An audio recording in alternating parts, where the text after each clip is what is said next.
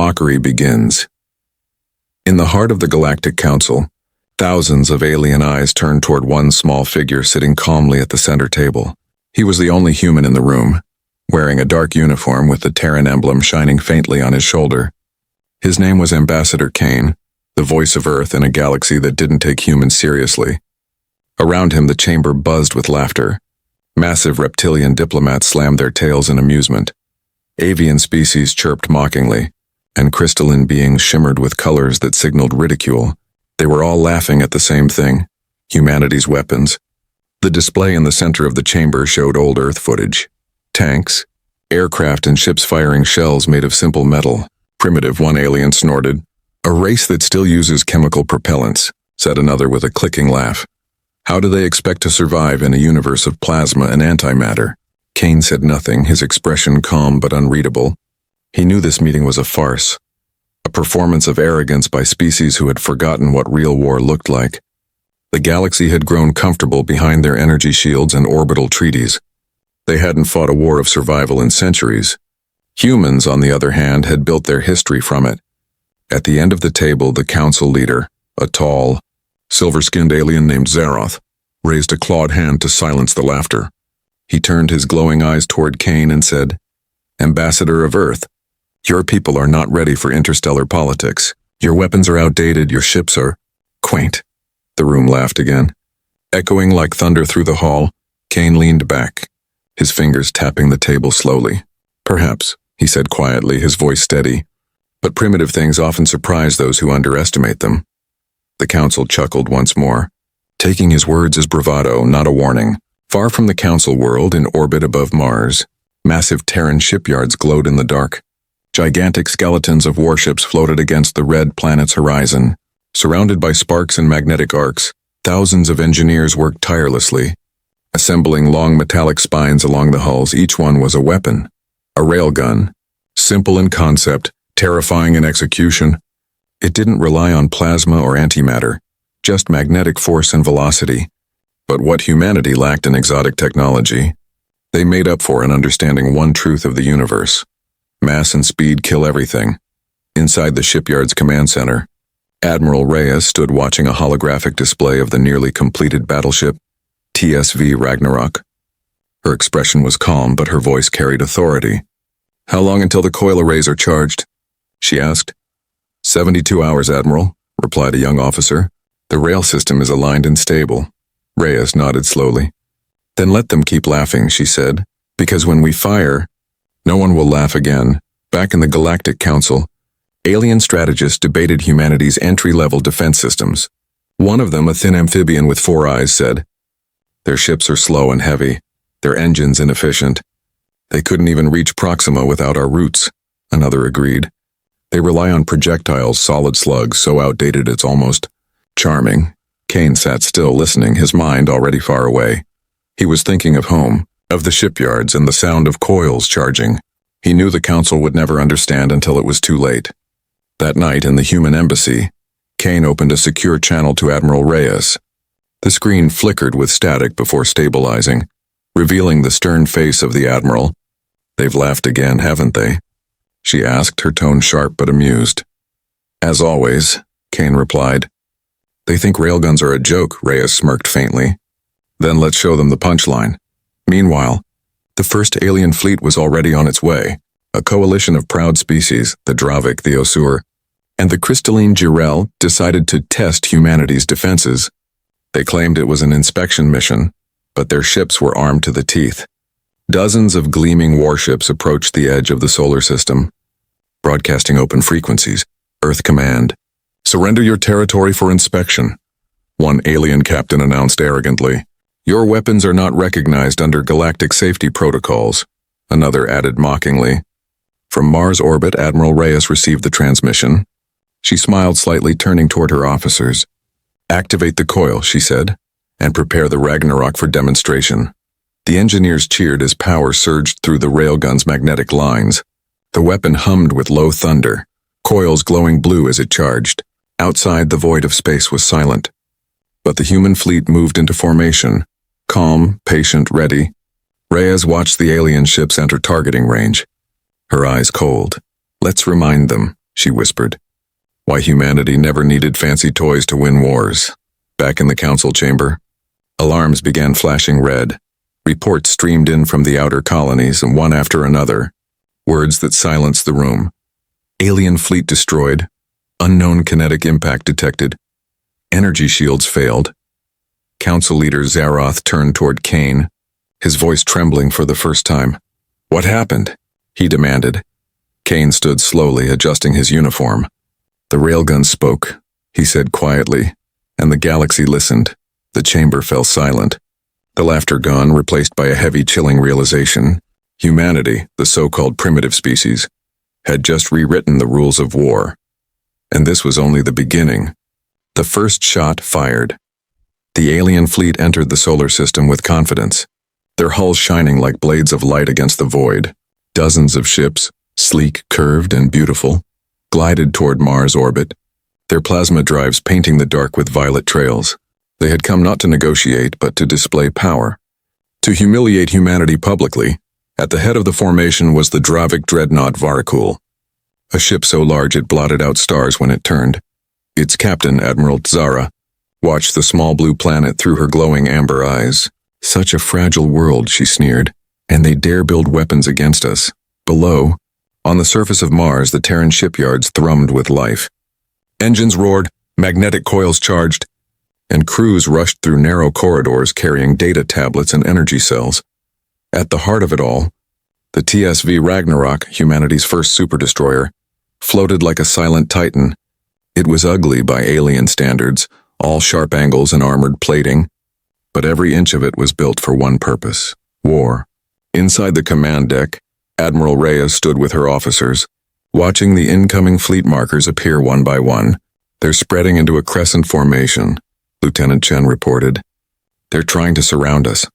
Reyes smiled faintly. Good. Easier to hit them all. The alien fleet hailed again. Humans, stand down your primitive weapons. Admiral Tzara's voice echoed through the transmission, full of disdain. Your projectiles cannot pierce our plasma shields. Surrender and your people will not suffer. Reyes folded her arms, calm as stone. Transmit reply, she said softly. Chen nodded, and a single sentence went out into the stars. Test that theory. Silence followed for a heartbeat. Then the alien ships opened fire.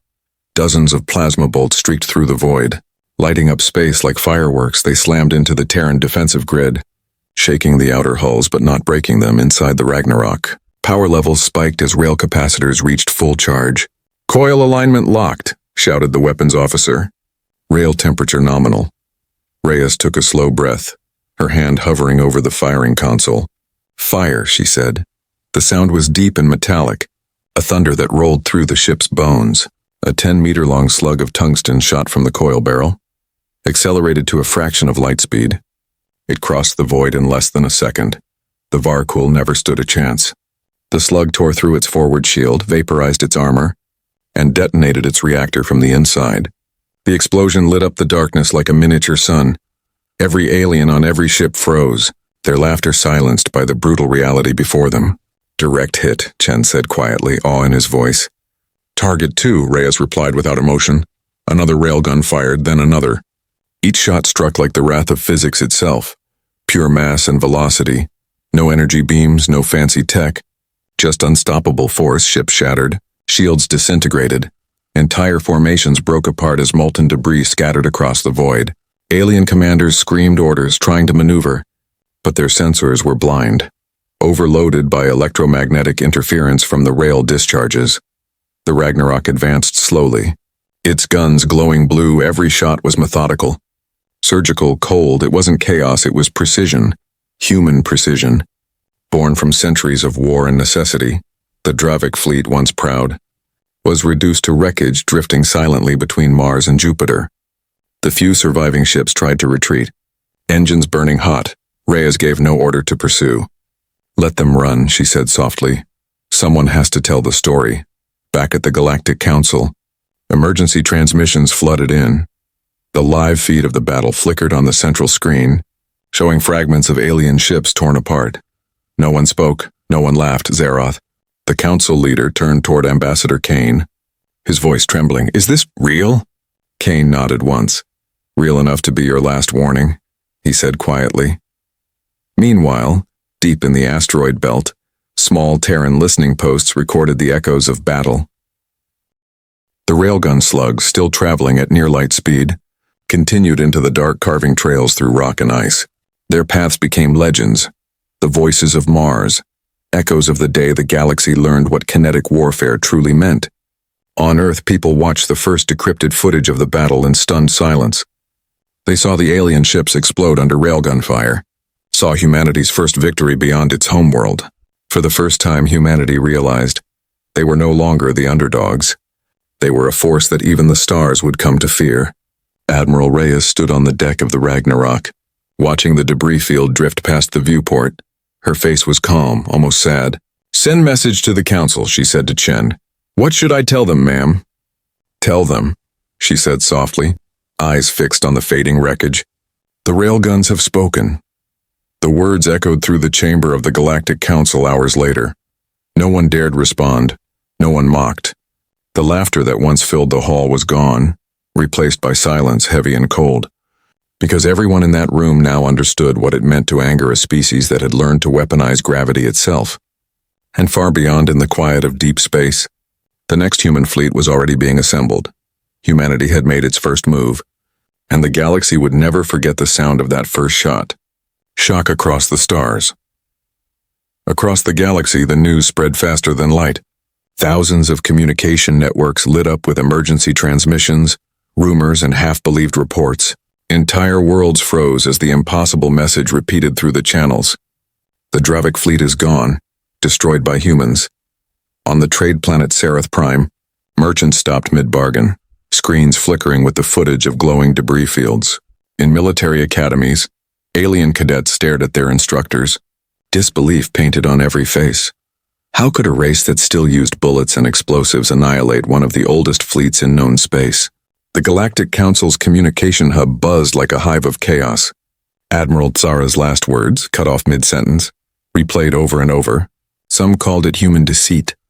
Others whispered that Earth had found forbidden technology, but the truth was far simpler and far more terrifying. It was just physics pure. Merciless physics wielded by hands that understood war too well. Ambassador Kane stood before the council chamber once again, calm amid the uproar. Species shouted accusations, sabotage, trickery. Hidden weapons. Zaroth slammed the gavel, his metallic voice rising. "Order! Order in this chamber!" But no one truly listened. Fear had replaced arrogance, and fear made the mighty act small. Kane finally spoke, his voice even. "You wanted proof of humanity's strength.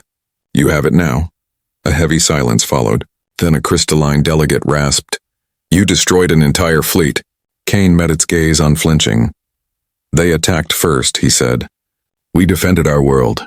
Meanwhile, across human space, the people of Earth watched the broadcast in awe and pride. For generations, humanity had looked to the stars with wonder. Now, the stars looked back with fear. Factories on Luna and Mars began triple shifts, building more ships, more coils, more ammunition. The Ragnarok returned home for refit, its hull still scarred from plasma impacts. Crews cheered as it entered dock, banners waving across domed cities. For the first time in human history, Earth stood as an equal among galactic powers. But not everyone celebrated. In a hidden station orbiting Titan, scientists analyzed the battle data with grim faces. They knew what would come next: retaliation. The alien coalition would never allow humanity's victory to stand unchallenged. "Every empire will want to test us," said Dr. Vaughn, the chief weapons engineer, "and we'll be ready," replied Admiral Reyes, her tone quiet but absolute. Back in the council chamber, rumors became plans. The Oser hierarchy proposed a joint strike before humanity could expand further. The Jirel Syndicate wanted trade sanctions and blockades, but the Dravik, or what was left of them, demanded vengeance. Zaroth leaned back in his chair, eyes dark. "The humans have awakened something ancient in us," he said softly. "Fear." That single word spread across the council floor like a cold wind. For centuries, the galaxy had forgotten fear. Peace had made them soft. But now they remembered the stories of Deathworlders. Worlds so hostile that life itself had to fight to exist, and Earth was the greatest of them all. The humans were children of storms, raised on violence and adaptation. Their entire history was proof that survival was their greatest weapon. Weeks passed and fragments of the destroyed fleet were recovered. Alien scientists studied the shattered armor, melted cores, and the haunting holes left by hypervelocity slugs.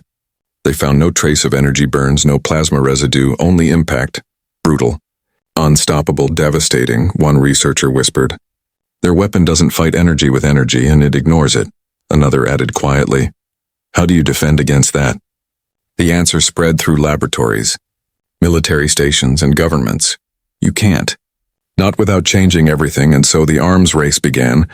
Dozens of empires rushed to copy the Terran railgun design, but none could match its precision or efficiency, because while others tried to imitate the weapon, they missed what made it terrifying. The weapon was only as deadly as the humans behind it. Admiral Reyes stood once again before the Ragnarok's viewport. Watching shipyards hum with life, new warships were rising. Odin, Valkyrie, Nemesis, each one larger, faster, smarter. She knew the next war was coming. She could feel it in her bones, but this time, humanity would not be caught unprepared. She opened a secure channel to Kane. They'll strike again, she said. I know, Kane replied. And when they do? Reyes smiled faintly. We'll let the railgun speak again. Far beyond, in shadowed space, alien fleets gathered in secret. Hundreds of ships aligned in formation. Engines cold, waiting. Their leaders swore vengeance, their pride wounded beyond repair. The stars shimmered silently as they prepared for war.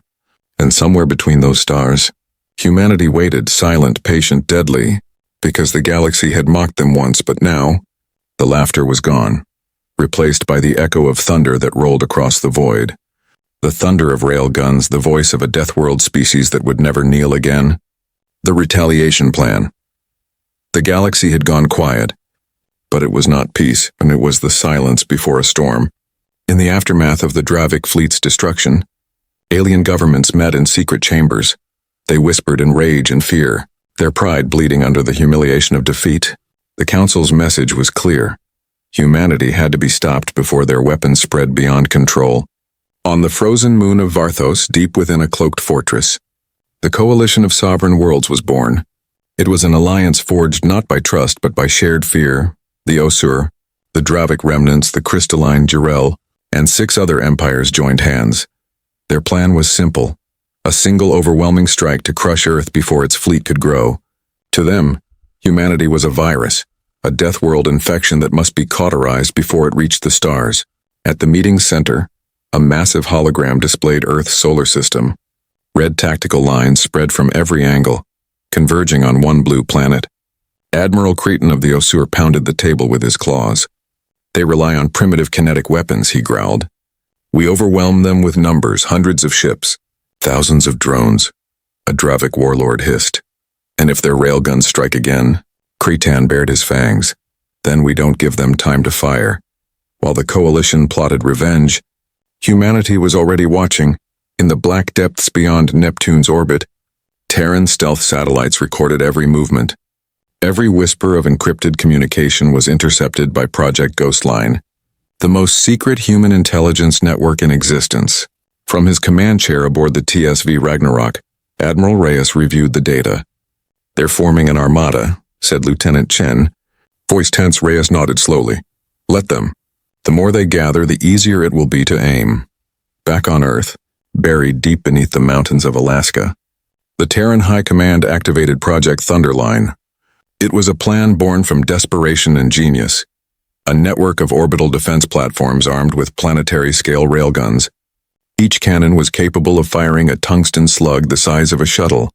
It took years of silence, thousands of workers, and the will of a species that refused to bow. The project was humanity's final line, and their greatest secret. Dr. Vaughn, chief engineer of the program, stood inside the core chamber where the first Thunderline coil glowed. This is madness, muttered one of the technicians. Staring at the readouts, Vaughn smiled faintly, eyes reflecting the electric blue light. No, he said, this is humanity. Meanwhile, the galaxy's largest invasion fleet was assembling near the Proxima Relay Gate. Hundreds of ships aligned in perfect formation, banners of 10 empires fluttering in the void. Admiral Kryton stood aboard his flagship, the devourer of suns, his voice booming across the comms. The humans dare defy the galaxy. They dare humiliate us, Skinner. Today, we erase their world from history. The alien soldiers roared in unison, confident, blinded by arrogance and unity built on hate. But far away, humanity prepared in silence. The Ragnarok led a new formation: Odin, Nemesis, Valkyrie, and Ares, the first generation of Terran warships built after the victory at Mars. Each one carried railguns so large they could split moons in half. In the darkness between Mars and Jupiter, they waited, engines quiet, weapons cold. Rhea stood at the command deck, staring at the tactical display. "They'll be here within 72 hours, said Chen. Reyes didn't flinch. Plenty of time to charge the coils on Earth. The skies above the atmosphere shimmered faintly, the Thunderline cannons aligning their orbit. From below they looked like constellations, but in truth they were weapons capable of rewriting history. Each platform was hidden inside electromagnetic veils, invisible to alien sensors. They were ghosts in orbit, silent, patient. Deadly Ambassador Kane, stationed once again at the Galactic Council, watched the political panic unfold. Delegates screamed, demanding humanity surrender or face annihilation. He listened quietly, then spoke with the calm tone of inevitability. "You think you're bringing us fear," he said, "but you've only brought us focus." The word spread across the chamber like fire, and for a moment even Zaroth hesitated. He had seen the recordings, the railgun strikes, the ships vanishing in silent light. He knew what was coming. 2 days later, sensors across the solar system detected the approaching armada. A wave of warships darkened the stars, hundreds of vessels, plasma cannons charging, engines burning blue. Humanity's first true test had arrived. From her command chair aboard the Ragnarok, Admiral Reyes looked at the screen. A storm of signatures approaching fast. Her crew stood ready. Tension thick in the air, she raised her hand, her voice calm and steady. "Transmit message to all ships in Thunderline Command," she said. "Operation Iron Sky is active. May the stars remember what happens next." Deep in orbit, the Thunderline platforms began to hum. Coils glowed white-hot. Reactors thundered like the heartbeat of a planet. For the first time, all of humanity's might was aimed outward, unified under one purpose: survival through strength. And in the silence before the storm, Reyes whispered, "Let the galaxy learn what happens when you corner the children of Earth." The countdown began. 5, 4, 3, 2, 1 across the solar system. The Thunderline railguns fired in perfect sequence. The night side of Earth lit up like dawn as tungsten slugs streaked into the void. The stars themselves seemed to shudder. The war for humanity's survival had begun. When the railguns spoke, the alien armada entered the solar system like a storm of light and fire. Hundreds of warships in flawless formation, their hulls glowing under the energy of plasma shields. Engines roared with arrogance. Banners of 10 empires shining bright, united by one goal: to erase Earth from orbit above Neptune. Their fleet stretched across the void like a wall of stars turned against one world. Admiral Creton stood on the bridge of his flagship, the devourer of suns, eyes fixed on the pale blue planet far ahead. "All units prepare for synchronized strike," he commanded, his claws tapping the armrest impatiently.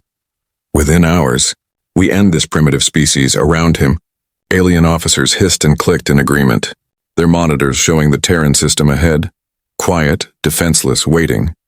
But the silence they saw was not weakness, it was patience. It was the quiet breath before a predator strikes. Far away between Mars and Jupiter, the human fleet drifted like shadows, engines cold, communications silent inside the TSV Ragnarok. Admiral Reyes watched the radar map pulse with red enemy signatures. Lieutenant Chen's voice trembled. "Admiral, over 200 ships confirmed. They're spreading formation, beginning descent toward Earth." Reyes nodded slowly. "Let them come closer," she said softly. "Closer means less time for them to run." The alien fleet advanced without resistance. Scouts reported empty defense lines, abandoned listening stations, silent satellites. "They have fled," one Osir captain said confidently. "Their fear is delicious," Creton smirked. "Then this will be quick." But in the deep dark above Earth, the hidden Thunderline platforms stirred. One by one their reactors awakened, glowing like faint embers in the black. Power surged through coils the size of cities, magnetic fields humming with lethal rhythm. A low vibration rippled through the void, the pulse of charging death. On Earth, Sirens blared inside command bunkers buried beneath mountains. Dr. Vaughn stood before the Thunderline console, his hands trembling. "All platforms report full charge," an operator called out. Vaughn nodded, his voice quiet but fierce. "Then it's time for them to hear us." Admiral Reyes opened a secure channel across the Terran fleet, her voice calm but heavy with power. "This is Admiral Reyes of the Terran Defense Force," she began. "Today they come not to talk but to conquer. They believe humanity is fragile, backward, easy to erase." She paused, her eyes burning as the holographic feed of the enemy fleet appeared before her. "Let's remind them, now we are children of a death world. Fire." The universe seemed to stop for a heartbeat. Then the Thunderline spoke. The night sky above Earth erupted with light. Hundreds of magnetic coils fired in perfect unison. Gigantic slugs of tungsten burst into the void, glowing like meteors tearing reality apart. No sound traveled through space. But if there had been air, it would have been thunder. The first volley tore through the alien vanguard before they even detected the shot. Shields shattered instantly. Hulls ripped apart. Reactors exploded in blinding waves of plasma. Ships vanished. Not destroyed by energy, but erased by sheer momentum. A single rail slug passed through 3 warships before exiting the other side as a molten comet. Impact confirmed. Chen shouted, "Multiple enemy fleets annihilated." Reyes said nothing, her gaze fixed on the screens. "Reload coils. Target the next wave," she ordered. Another volley fired, another and another. The black of space filled with burning debris. The remains of arrogance turned to ash. Panic spread through the alien ranks. "Shields failing," cried one officer. "They're firing from impossible range," screamed another. Admiral Crichton watched as his ships vanished one by one, the feed filling with static and red alerts. "What are those weapons?" he roared. "Where are the shots even coming from?" No one could answer. Across the Terran fleet, human gunners watched their screens light with kill confirmations. Cheers filled the comms, but Reyes silenced them with a raised hand. "Don't celebrate yet," she said coldly. "They'll try to rush us, indeed." The surviving alien ships, desperate and furious, accelerated toward Mars' orbit. Massive plasma cannons charged, beams of white fire cutting through the dark. But the human fleet met them head-on. The Ragnarok's main railguns glowed blue-white as they fired simultaneously. Each slug slammed into alien capital ships, splitting them apart like glass under a hammer. The Odin and Valkyrie followed suit, their guns unleashing synchronized death. In less than 15 minutes, half the attacking fleet was gone. Still, the aliens pressed forward. The devourer of suns broke through the debris. Aiming directly at Earth, Admiral Crichton bared his fangs, screaming, "If I fall, I'll take their world with me!" But Reyes was already watching his ship's approach vector, her hand steady on the firing key. "Thunderline Cannon Delta. Target flagship," she ordered. "Confirm," said the operator. "Locked on." Fire. A streak of white light crossed the void. It pierced the flagship clean through, vaporizing half the ship before its reactor detonated. The explosion bloomed like a dying star, casting shadows across the moon. The devourer of suns lived up to its name, but only in death. Silence followed, one by one. Alien transmissions faded to static. Ships broke apart, power signatures vanished. The Coalition Armada, the largest force the galaxy had ever gathered, was gone. Reyes exhaled slowly, her voice quiet as the static cleared. "Cease fire," she said, "and transmit to all ships. Victory confirmed." Her crew erupted in cheers, some weeping, some laughing, but she only stared at the fading wreckage. "Send message to the Council," she said to Chen. "Tell them humanity didn't start this war, but we ended it." Back in the Council chamber, the report arrived. Delegates stared in silence as the casualty list scrolled for minutes on end. No one spoke, not even Zaroth. And when Ambassador Kane finally stood, he didn't gloat or threaten, he simply said, "Now you understand why we asked for peace before." The chamber remained frozen, because across the stars everyone had heard the voice of the railguns, and once they spoke no one dared interrupt. The aftermath of all.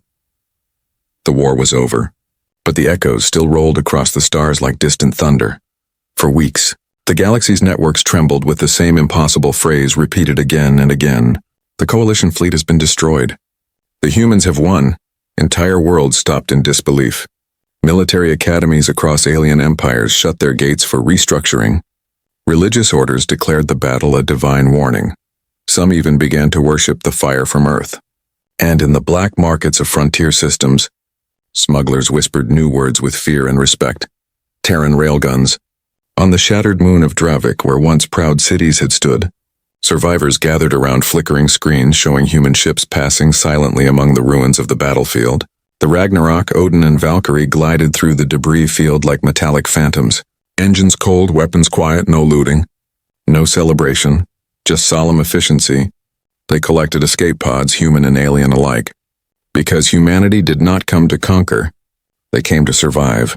Inside the command deck of the Ragnarok, Admiral Reyes stood before the hollow display of wreckage orbiting the void. Her officers waited for her words. Chen finally broke the silence. "Ma'am, there's nothing left to fight." Reyes nodded slowly, her eyes heavy with both pride and sorrow. "Then we rebuild," she said, "and we remember back on Earth." News of victory swept through the planet like wildfire. Cities erupted in tears and celebration, fireworks painting the night skies. Children waved flags with the Terran emblem, a railgun coil entwined around a star. Old veterans wept before memorials, remembering wars when Earth was weak and divided.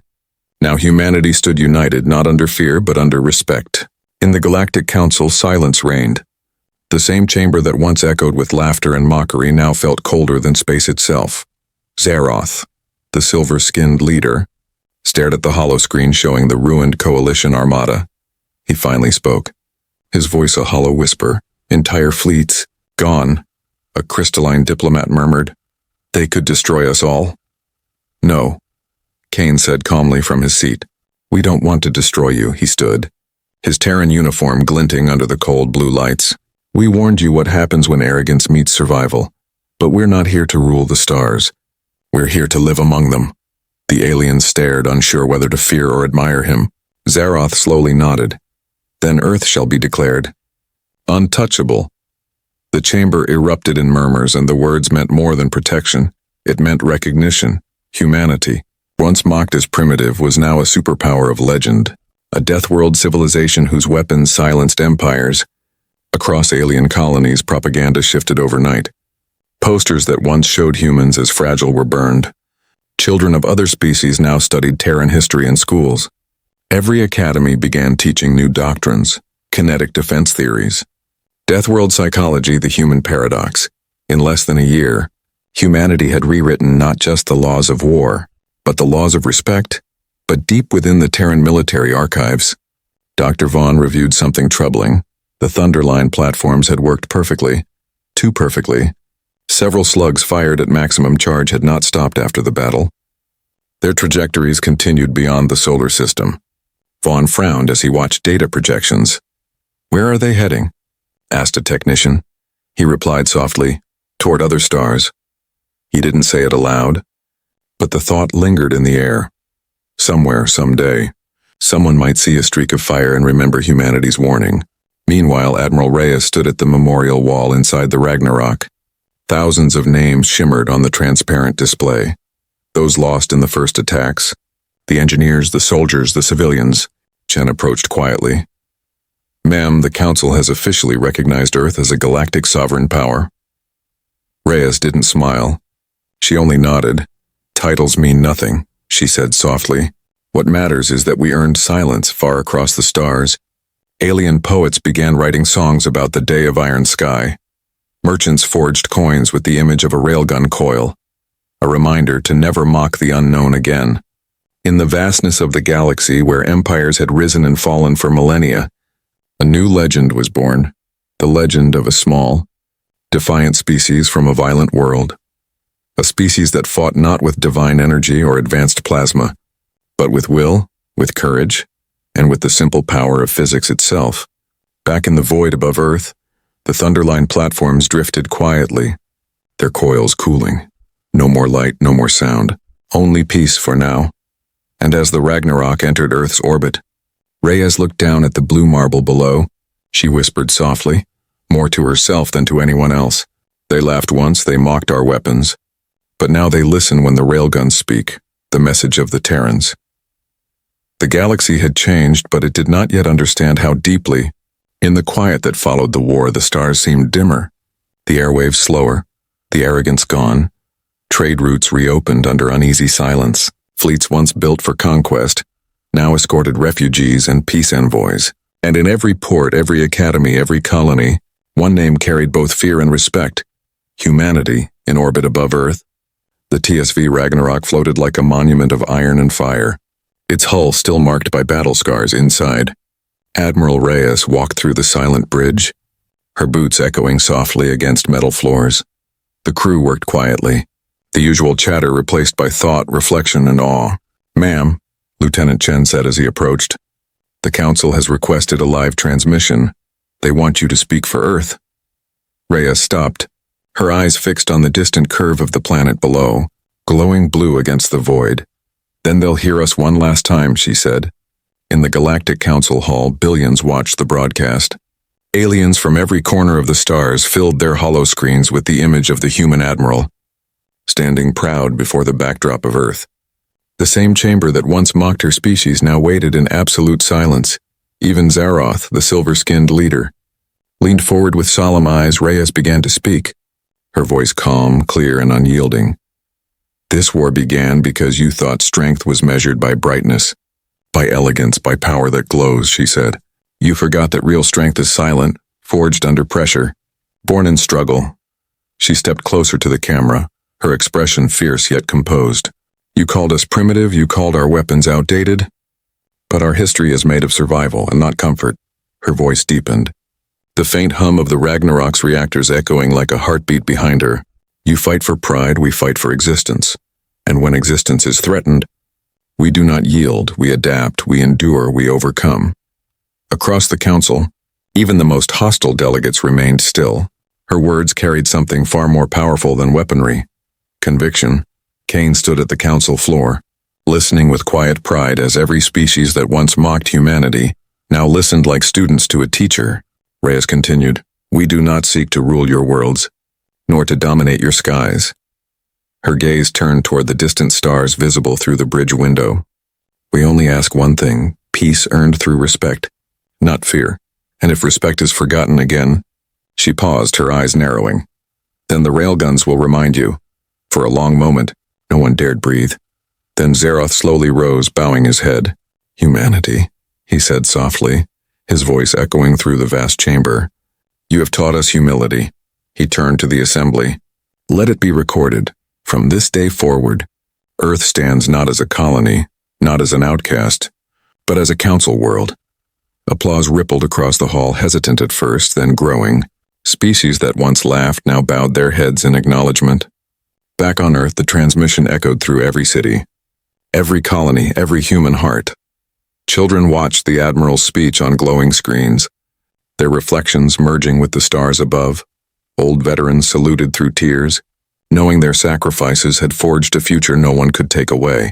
In the orbiting Thunderline platforms, engineers stood beside cooling coils, whispering quietly, "Never again." Weeks later, Ambassador Kane walked with Reyes through the gardens of the rebuilt council world. Around them, alien diplomats passed with cautious respect. Bowing slightly as they crossed paths, Kane smiled faintly. "You know, I think they finally believe us," Reyes smirked. "Belief isn't the goal.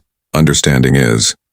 They stopped before a statue being unveiled in the garden, a monument of alloy and stone, depicting a human figure standing beside an alien, both gazing upward toward the stars on its base.